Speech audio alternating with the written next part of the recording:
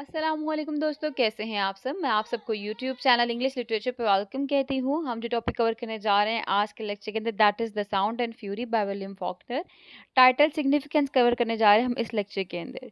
इससे previous lecture में हम लोगों ने बात कर ली कि हमारे जो राइटर हैं विलियम फॉक्नर, वो कौन थे, कहाँ से बिलोंग करते थे, उनका राइटिंग स्टाइल कैसा था, उनके इंपॉर्टेंट थीम्स कौन से, उनके मेजर वर्क्स कैसा है, कौन कौन से हैं।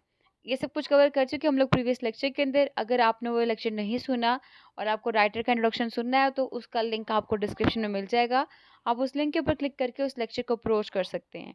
और मैं आपको रिकमेंड करूंगी वो लेक्चर लास्ट भी सुनिएगा, ताकि आप जब सीक्वेंस के साथ इस सीरीज़ को यानी कि विलियम फॉकनर के इस नॉवल को सुने तो one by one each and every concept आपको क्लियर हो। अब क्योंकि जो हमारा रिस्पेक्टिव वर्क है ये लेंथी है, इसलिए मैं इसके जो पार्ट्स हैं उसको one by one separate video में डिस्कस करूंगी। यानी कि इस वीडियो के अंदर हम टाइटल सिग्निफिकेंस कवर करेंगे, नेक्स्ट में जो इसके की फैक्ट्स हैं वो, उससे नेक्स्ट में हिस्टोरिकल बैकग्राउंड, फिर हम इस नॉवल के करेक्टर को देखेंगे, एंड देन हम इस नॉवल की जो क्रिटिकल समरी है उसको कवर करेंगे नेक्स्ट लेक्चर के अंदर। यानी कि one by one her lecture में हम लोग इस नॉवल के डिफरेंट एस्पेक्ट्स को कवर करने वाले हैं। तो अब टाइम को वेस्ट किए बगैर जो हमारा आज का लेक्चर है टाइटल सिग्निफिकेंस के ऊपर, को करते हैं शुरू। The sound and the fury. अगर हम इस टाइटल को गौर करें, फोकस करें, तो बेसिकली ये जो टाइटल है एक कॉम्प्लेक्स टाइटल है जो कि इस नॉवल की नैरेटिव टेक्निक को भी रिफ्लेक्ट कर रहा है, इसके थीम्स को भी रिफ्लेक्ट कर रहा है, इसके करेक्टर्स को भी रिफ्लेक्ट कर रहा है। ठीक है, यानी कि टाइटल बहुत से मीनिंग्स कैरी कर रहा है अपने अंदर। और the sound and the fury के नेम से हमारे पास ऑलरेडी 1929 में भी हमारे रिस्पेक्टिव राइटर का एक और वर्क पब्लिश्ड हुआ था। ठीक है, अगर हम टाइटल की अब फर्स्ट पर्सपेक्टिव देखते हैं कि the sound and the fury का बिब्लिकल एलियन देखते हैं हम लोग। आपने शेक्सपियर का प्ले मैकबेथ पढ़ा होगा। मैकबेथ में लाइंस थी, life's but a walking shadow a poor player that struts and frets his hour upon the stage and then is heard no more. It is a tale told by an idiot full of sound and fury, signifying nothing. ये lines थी Macbeth के अंदर। वहाँ से ये title हमारा the sound and the fury लिया गया है, जिस बेस पे टाइटल रिफ्लेक्ट करे कि life is filled with chaos, turmoil and noise and it can often seem meaningless और फ्यूटाइल। यानी कि जो ज़िंदगी है वो क्योस से भरी हुई है। यहाँ पे साउंड एंड फ्यूरी, बेसिकली यहाँ पे जो वर्ड साउंड है ना, वो सिंबलाइज कर रहा है क्योस को, डिसऑर्डर को। ठीक है, ये पॉइंट याद रखने के, जो साउंड है वो सिंबलाइज कर रहा है क्योस को और डिसऑर्डर को, और फ्यूरी जो है वो सिंबलाइज कर रही है डिस्ट्रक्टिव और इमोशंस को। तो यहाँ पे यही चीज़ बताई गई कि जो लाइफ है वो क्योस और टर्मोइल से भरी हुई है, नॉइज से भरी हुई है, और ये मीनिंगलेस और फ्यूटाइल भी है अगर बिब्लिकल एलियन के लिहाज से हम बात करें। और इसके अलावा टाइटल जो है वो सिंबलाइज कर रहा है क्योस एंड डिक्लाइन को भी।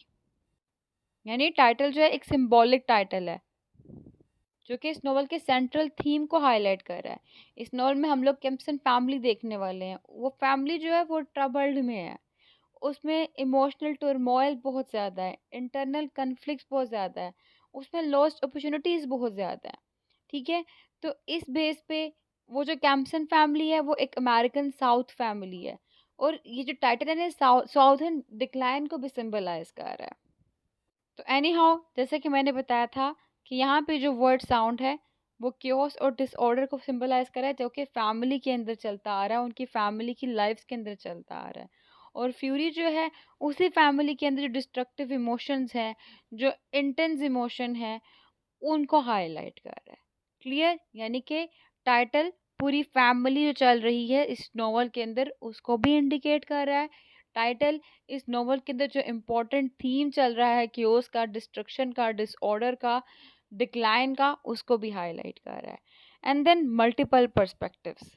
अब जो नॉवल है उसको 4 सेक्शन में डिवाइड किया गया है, और हर सेक्शन जो है वो डिफरेंट कैरेक्टर नरेट कर रहा है, जिसमें बेंजे है, क्विंटन है, जेसन है, दिल्जे है। और हर जो सेक्शन है उसके अंदर हम लोग को सब्जेक्टिव अकाउंट ऑफ इवेंट्स नज़र आ रहे हैं, जो कि हर करेक्टर के इनर स्ट्रगल्स को और उनके पर्सपेक्टिव्स को रिफ्लेक्ट कर रहे हैं। तो इस बेस पे देखा जाए तो जो टाइटल है the sound and the fury, वो एक कैकोफनी है। कैकोफनी कहते हैं बेसिकली हार्श नॉइज को, वो आवाज़ें जो कि आपको नापसंद होती हैं। तो ये कैकोफनी किसकी है? जितने भी नैरेटिव्स इसके अंदर चल रहे हैं स्टोरी के अंदर, उनके व्यू पॉइंट्स की। और टाइटल हाईलाइट कर रहा है disjointed nature of human perception and memory को। क्लियर? और इसके बाद टाइम एंड मेमोरी को भी टाइटल जो है वो हाईलाइट कर रहा है। किस तरह से? क्योंकि टाइटल जो है वो हम लोग को fleeting and chaotic nature of memory को भी बता रहा है। इसी fleeting and chaotic nature of memory की बेस पे टाइटल जो है वो टाइम एंड मेमोरी के थीम को भी रिप्रेजेंट कर रहा है। क्योंकि राइटर ने इसके अंदर टेक्निक्स ऐसे यूज़ की हैं, जैसे कि स्ट्रीम ऑफ कॉन्शियसनेस हो गया और दूसरी अदर्स नेरेटिव टेक्निक, जिनके बेस पे जो करेक्टर्स हैं उनकी मेमोरीज और एक्सपीरियंसेस हमारे सामने आ रही हैं। और इसी बेस पे हम लोगों को इस नॉवल के अंदर जो पास्ट है वो प्रेजेंट के साथ ब्लेंड होता नज़र आएगा, जिसकी बेस पे काफ़ी ज़्यादा डिसओरिएंटेशन हम लोगों को नज़र आएगी। डिसओरिएंटिंग एक्सपीरियंस के साथ साथ जो करेक्टर्स और रीडर्स हैं उन दोनों को ये बिखरापन, ये डिसओरिएंटेशन फेस करना पड़ रही है। ठीक? तो इन शॉर्ट टाइटल जो है वो फ्लीटिंग और क्योटिक नेचर ऑफ मेमोरी भी कैरी कर रहा है अपने अंदर। फर्दर मोर टाइटल जो है वो सोशल और साथ साथ हिस्टोरिकल कमेंट्री भी है,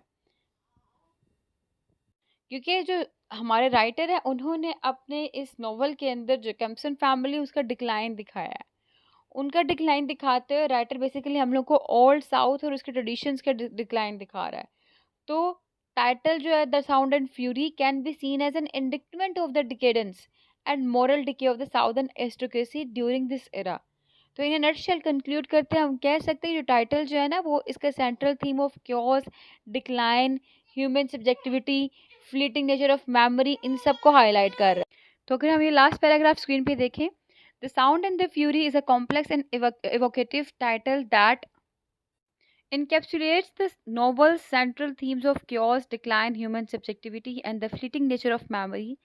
Faulkner's choice of title adds depth and resonance to the story, making it one of the most significant and enduring works in American literature.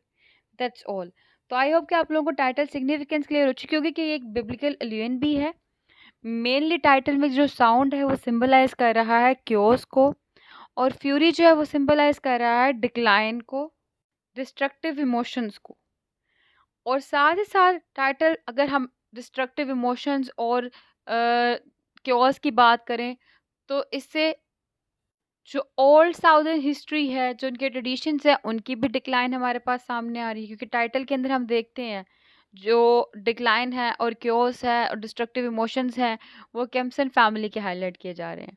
और कैम्पसन फैमिली जो है वो ओल्ड साउथ का पार्ट थी, और उनका डिक्लाइन होना, उनका क्योस आना, बेसिकली किसका क्योस आना है? सो ओल्ड साउथ का क्योस आना है। और क्योंकि अगर ये बिब्लिकल एलियन भी है, और वहाँ भी बता दिया गया था कि लाइफ जो है वो क्योस से भरी हुई, टर्मोइल से भरी हुई है, नॉइज से भरी हुई है, मीनिंगलेस है, फ्यूटाइल है। तो इट मीन्स ये जो इस वर्क का टाइटल हुआ वो डेप्थ टाइटल हुआ, यानी कि डीप मीनिंग कैरी कर रहा है। सिंगल लेयर ऑफ मीनिंग नहीं है, multiple meaning layers of meaning carry कर रहा है। क्लियर? तो वीडियो पसंद है, वीडियो को लाइक भी करिएगा, हमारे चैनल को सब्सक्राइब करना मत भूलिएगा। फिर मिलते हैं नेक्स्ट वीडियो में, नेक्स्ट लेक्चर के साथ, जिसमें हम इस नॉवल के की एस्पेक्ट्स को भी कवर करेंगे, एंड देन उससे नेक्स्ट के अंदर हम लोग इस नॉवल के हिस्टोरिकल बैकग्राउंड को कवर करने वाले हैं। वीडियो पसंद है, वीडियो को लाइक भी करिएगा, हमारे चैनल को सब्सक्राइब करना मत भूलिएगा। दुआ में खास याद रखिएगा। Stay tuned, take care.